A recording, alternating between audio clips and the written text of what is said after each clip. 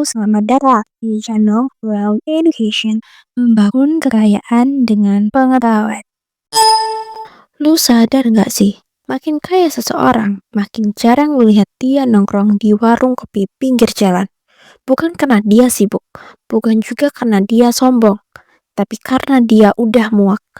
Muak sama obrolan receh, keluhan yang gak kelar-kelar, dan energi negatif yang nular kayak penyakit.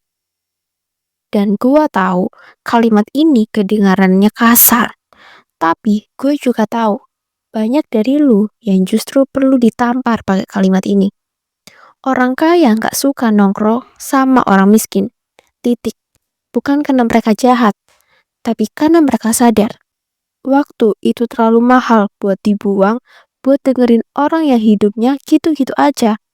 Tapi kerjaannya cuma nyalahin dunia. Mereka males dengerin cerita hidup yang isinya cuma susah, capek, gue gak bisa, gosip murahan, dan teori konspirasi tentang gimana pemerintah nyusun hidup rakyat kecil.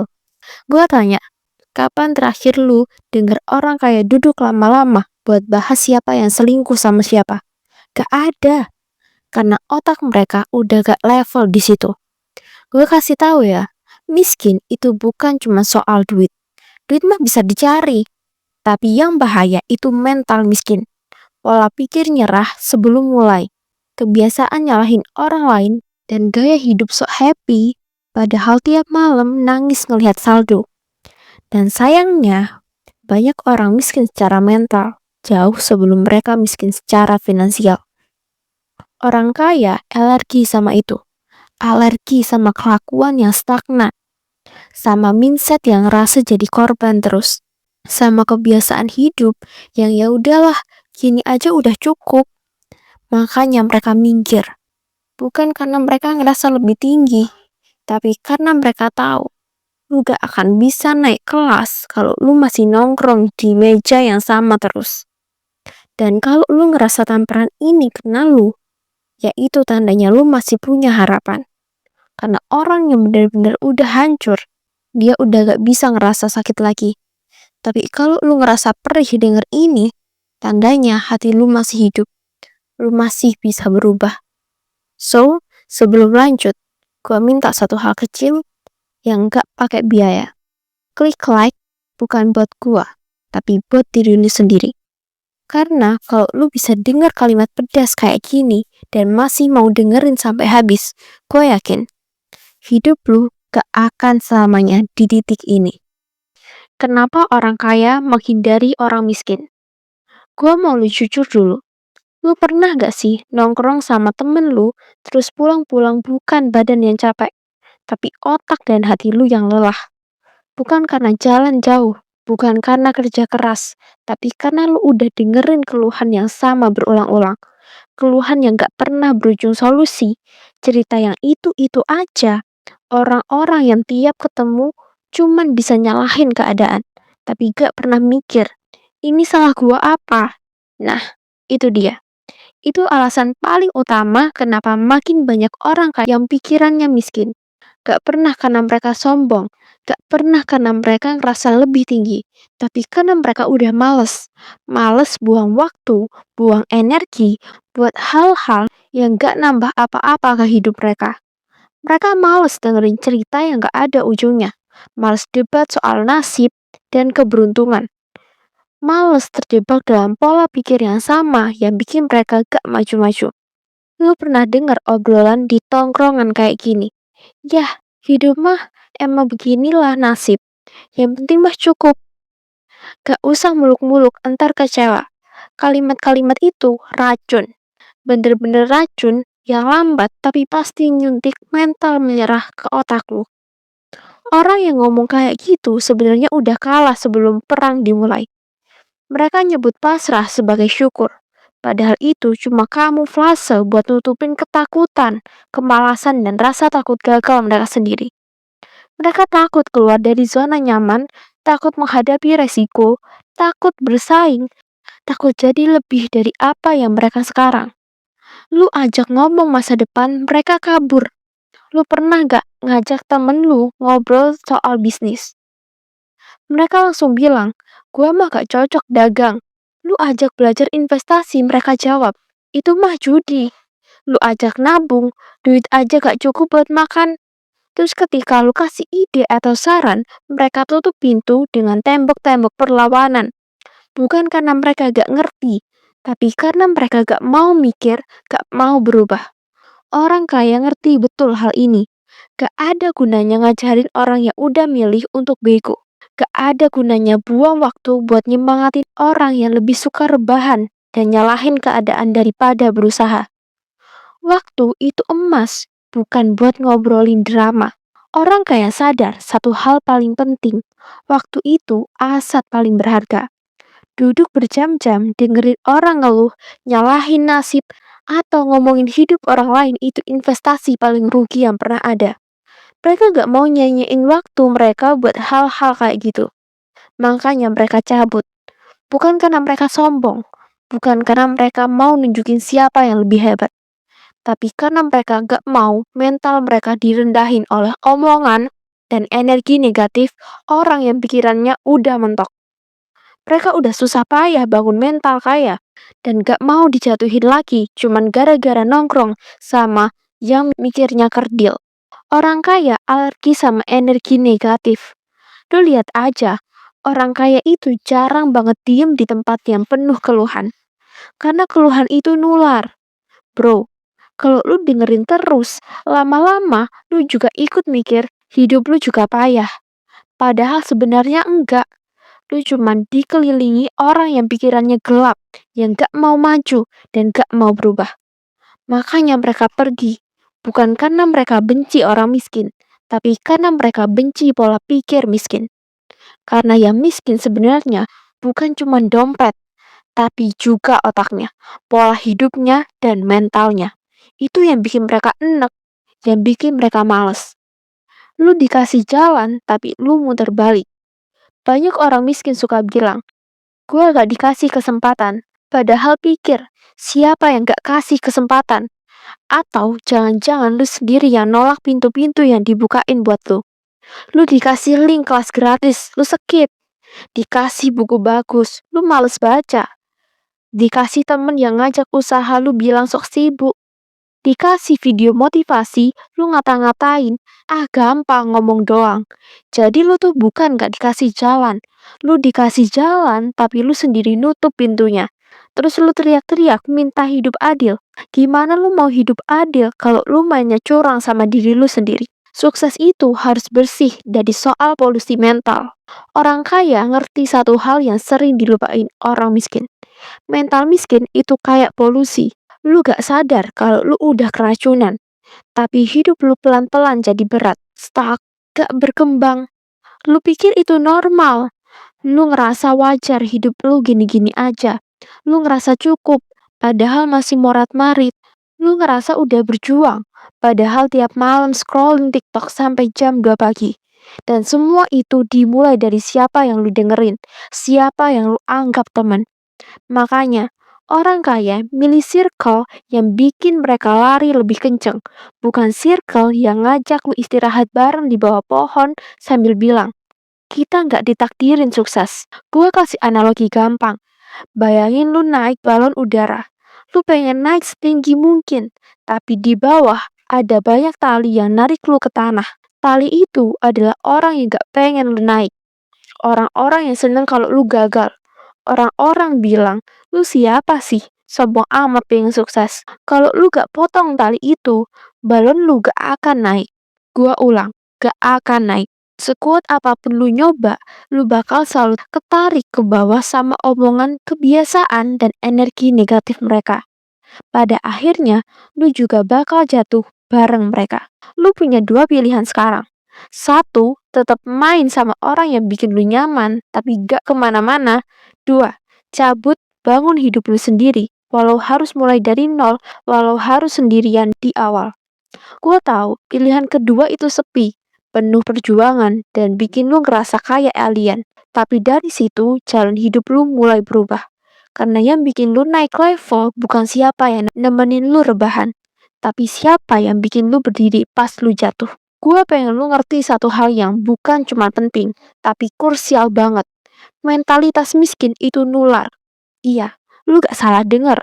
Mental miskin itu kayak virus. Lebih ganas dari virus biasa yang cuman bikin badan sakit. Mental miskin itu bikin hidup lu sakit. Bikin mimpi lu mati pelan-pelan tanpa lu sadari. Lu duduk terlalu lama sama orang males. Lama-lama, lu juga bakal males. Lu nongkrong sama orang yang kerjanya cuman ngeluh. Lu bakal ikut-ikutan ngerasa hidup lu juga berat banget. Padahal belum tentu. Percaya nggak? Coba pikir deh, gimana suasana di tongkrongan lu? Apa yang biasanya lu denger? Mental miskin itu gak kelihatan di saldo rekening lu, tapi jelas banget kedengeran dari kata-kata, sikap, dan kebiasaan orang-orang sekitar. Mereka ngomong gini, yang penting mah cukup aja, gak usah kaya-kaya amat. Ngapain capek-capek ngejar duit? Tak mati juga gak dibawa. Gua sih hidupnya ngalir aja, rezeki udah ada yang ngatur. Padahal kenyataannya, mereka tiap hari dihantam tagihan yang gak kelar-kelar. Nyolong wifi tetangga biar bisa buka internet. Nyicil pulsa pakai pay later. Tapi sok bijak ngomongin bersyukur. Bro, itu bukan syukur. Itu pembenaran buat rasa takut mereka. Takut gagal, takut usaha, takut ambil resiko. Jadi, daripada maju, mereka lebih milih tidur dan ngajak lu tidur bareng. Lu mau sukses, tapi masih main sama api. Bayangin, lu punya galon bensin penuh dengan mimpi, niat, semangat, dan harapan. Tapi setiap hari lu duduk di samping orang yang bawa api. Api keluhan, api negativitas, api kemalasan. Apa yang terjadi? Lu kebakar. Tapi lu gak sadar. Karena awalnya kecil, dikit-dikit aja, awalnya lu cuman bilang, iya ya, hidup emang gini aja. Terus makin sering denger, makin lu percaya. Sampai suatu hari nanti, semangat lu mati. Lu nyerah, tapi lu gak sadar. Karena lu pikir semua orang juga begini. Padahal lu cuma duduk di meja makan orang yang kelaparan, tapi gak mau masak. Orang mental miskin itu jagonya bikin alasan buat males. Kaya juga belum tentu bahagia. Yang penting mah sehat, itu udah cukup. Banyak duit juga entar kena azab. Buset dah, mentalitas macam apa tuh? Lu miskin, lu stres, lu susah, terus lu ngajarin orang buat santai aja. Lu bukan ngasih solusi. Bro, lu ngajak orang nyemplung ke lubang yang sama. Gue sering ketemu orang yang hidupnya amburadul, tapi ngomongnya kayak motivator. Ngasih nasihat soal hidupnya damai. Padahal tiap malam kepikiran hutang. Nah, itu yang gue bilang virus sosial. Orang kaya itu jaga kebersihan mental. Bro, lu pernah perhatiin gak? Orang-orang kaya yang beneran sukses di lingkungannya rapih banget. Circle-nya gak sembarangan. Mereka milih banget siapa yang boleh nongkrong sama mereka. Siapa yang boleh duduk satu meja. Bahkan siapa yang pantas dengerin curhatan mereka. Bukan karena mereka sombong atau pamer. Tapi mereka paham satu hal simple. Energi itu kayak virus bro. Ketularan. Lu pernah gak nongkrong sama orang yang tiap ngomongnya cuman ngeluh? Semua masalah di dunia ini kayaknya ada di hidup mereka. Lama-lama, tanpa sadar, otak lu juga ikut penuh sampah. Lu jadi gak fokus, jadi males, jadi stuck. Orang kaya, mereka gak mau pikiran mereka penuh debu. Mereka jaga mentalnya kayak jaga motor mahal. Gak asal parkir sembarangan di tempat kotor. Mereka tahu, kalau lu dikelilingi orang-orang yang doyan drama, suka nyalahin orang, dan gak pernah ngaca, itu racun mental yang lambat laun bikin lu mati pelan-pelan. Itu sebabnya mereka punya disiplin buat bersihin hidup mereka. Mereka potong hubungan sama orang yang cuma ngeremehin mimpi, yang suka ngerendahin lu, yang energinya negatif nular ke semua orang. Kalau lu gak mulai sadar hari ini, lu bakal kayak motor keren yang tiap hari diparkir di lumpur. Lama-lama, mesin lu bakal rusak. Lu juga bakal jadi kayak gitu. Stuck, gak maju-maju. Lu pengen sukses, lu harus mulai rawat pikiran lu. Jaga kebersihan mental lu dari racun-racun gak kelihatan itu. Gak cukup cuman kerja keras doang bro. Pikiran lu harus bersih, jernih, dan penuh energi positif. Kalau gak, lu bakal terus ke bawah arus mental miskin. Dan lu tahu kan, Mental miskin itu penyakit yang paling susah disembuhin. Jadi mulai sekarang, filter teman-teman lu, filter circle lu, dan jangan takut buat cabut dari yang toksik. Karena mental lu adalah aset terbesar lu, dan orang kaya tahu betul itu. Denger ini, serius banget. Mental miskin itu bukan cuma soal duit yang tipis, tapi gimana cara lu mikir tentang hidup. Gimana cara lu ngelihat masa depan. Gimana lu jalanin hari-hari lu. Ini soal mindset, bro. Karena mindset itu pondasi. Kalau lu terus-terusan ketularan mental miskin, jangan kira cuman bikin lu gagal sekali, 2 kali. Gagal itu cuman efeknya. Yang paling parah, lu bakal nyangkut di satu tempat. Kayak mobil mogok di tengah jalan, lu gak bakal bisa maju, gak bakal bisa berkembang. Lu stuck. Percaya gak percaya, lu bakal kehilangan rasa percaya diri yang lu punya. Awalnya lu mungkin pede dikit, tapi lama-lama rasa itu luntur. Kenapa? Karena mental miskin suka bikin lu takut ambil resiko, takut gagal, takut bergerak. Padahal tanpa resiko, gak ada yang maju. Skill dan wawasan lu entar juga mendek. Bro, mental miskin itu suka banget ngasih lu alasan buat diem, buat santai aja, buat gak perlu belajar hal baru. Sementara dunia di luar sana, dia jalan kencang. Gak ada yang nungguin lu. Jangan sampai lu jadi badut di lingkungan yang gak mau lu naik kelas. Ada orang-orang sukanya ngebuat lu kayak badut. Gimana caranya? Dengan bikin lu ngerasa lu salah tiap kali lu punya mimpi. Nah, lu tuh sok banget sih. Udahlah, jangan ngarep banyak. Mereka itu gak mau lihat lu naik kelas. Karena kalau lu naik kelas, lu bakal ninggalin mereka yang masih doyan main drama. Lu gak harus ikutan jadi badut buat bikin mereka senang. Fakta kasarnya, ada penelitian yang bilang, lu itu rata-rata mirip 5 orang yang paling sering lu temui. Itu artinya, lu punya kecenderungan jadi kayak mereka. Entah itu baik atau buruk. Kalau lu dikelilingi sama orang males, lu juga bakal males. Dikelilingi sama orang yang curhat terus tanpa solusi, ya lu juga bakal kayak gitu. Dikelilingi sama orang yang optimis dan action, lu bakal ngikut juga. Jadi, pilih dengan sadar. Gua punya teman lama, namanya si Nyinyir. Dia selalu bilang, lu mikir gede banget, lu bakal kecewa, gak usah repot-repot.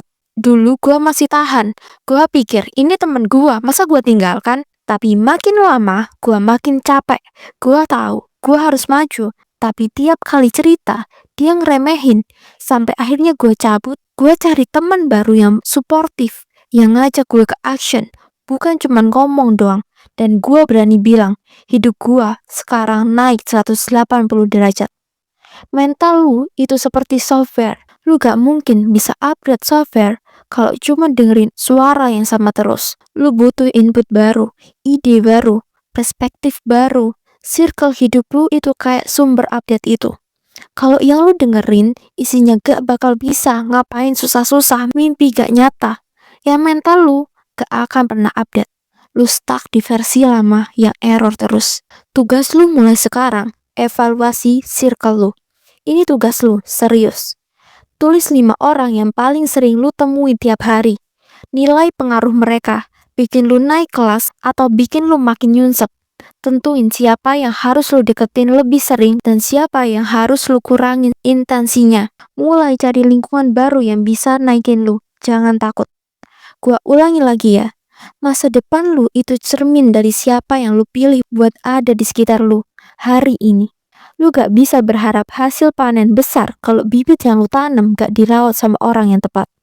Jadi mulai sekarang, berhenti cari alasan. Berhenti cari kambing hitam. Ganti circle lu. Naikin standar lu. Lu boleh kesel sama gua sekarang. Lu boleh tutup video ini sambil bilang, ah nih orang ngomongnya nyakitin banget. Terserah. Gua gak nyari popularitas. Gua gak cari validasi. Gua cuma takut satu hal. Gua takut lu, gua temuin lagi 10 tahun dari sekarang. Masih di tempat yang sama. Masih ngeluh hal yang sama. Masih nyalahin hidup yang sama. Dan masih miskin yang sama. Gua sering denger. Tapi bro, dia kan temen gua. Tapi gua udah cocok nongkrong sama mereka. Dan itu justru jebakan paling ngeri. Lu nyaman, lu gak berani pergi, lu takut disalahpahami. Tapi coba tanya ke diri lu sendiri. Temen lu itu bikin lu tumbuh atau bikin lu diem di tempat? Karena yang gua tahu, batu yang disayang-sayang gak akan pernah jadi berlian kalau gak dipoles. Dan manusia yang terus-terusan dibaikin meski dia bego, gak akan pernah jadi pintar. Lu gak bisa punya dua-duanya. Lu gak bisa disayang sama circle toxic lu dan jadi orang sukses di saat yang sama. Lu harus pilih mau disayang atau mau berhasil. Gua tahu pilihannya berat, tapi hidup gak nungguin lu galau. Lu masih duduk di meja yang isinya nostalgia, drama, nyinyiran, dan keluhan. Atau lu berani cabut ke meja yang bikin lu ngerasa kecil, rasa bodoh, ngerasa anjir, gue harus belajar banyak. Tapi itu yang bikin lu tumbuh. Gue kasih tahu ya, rasa nyaman tuh racun, pelan tapi paling mematikan. Dan circle lu hari ini adalah prediksi hidup lu 5 tahun lagi. Lu tinggal nanya, mereka ada di arah yang mana? Mereka ada di arah yang lu mau. Kalau enggak, kenapa lu masih di situ? Gue pernah cabut dari circle yang isinya cuma nyinyir dan keluhan. Gue pernah dibilang sombong, dibilang sok sukses. Gue jalan sendiri, gue ngerasa kosong. Tapi ternyata kosong itu cuma fase. Setelah itu datang isi yang baru, isi yang lebih jernih, lebih kuat, lebih naik kelas. Dan sekarang gue tanya ke lu masih mau hidup kayak biasa? Silahkan. Tapi kalau lu pengen hidup lu naik level, lu harus ganti circle, ganti mindset, dan berhenti jadi korban. Karena gak ada orang kaya yang suka duduk bareng korban seumur hidup. Gak ada yang betah nongkrong bareng. Jadi cabut sekarang, sebelum lu jadi versi diri lu yang paling lu sesalin. Kalau lu ngerasa video ini nyakitin, berarti ada yang kena. Dan justru itu tandanya lu harus mulai bergerak. Lu boleh gak setuju, tapi jangan tinggal diam. Karena diam itu artinya nyerah pelan-pelan. Gue bukan motivator. Gue cuma orang yang pernah di bawah dan sekarang gue ogah balik ke sana. Dan gue bikin video ini bukan buat lucu-lucuan, tapi buat lu yang siap bangun dan benerin arah hidup lu. Kalau video ini nyentil lu, gue minta satu hal kecil. Like video ini, bukan buat gue, tapi buat diri lu sendiri. Sebagai simbol kalau hari ini lu mau mulai nendang circle yang udah bikin lu bego. Dan lu mulai pilih meja yang bikin lu naik kelas.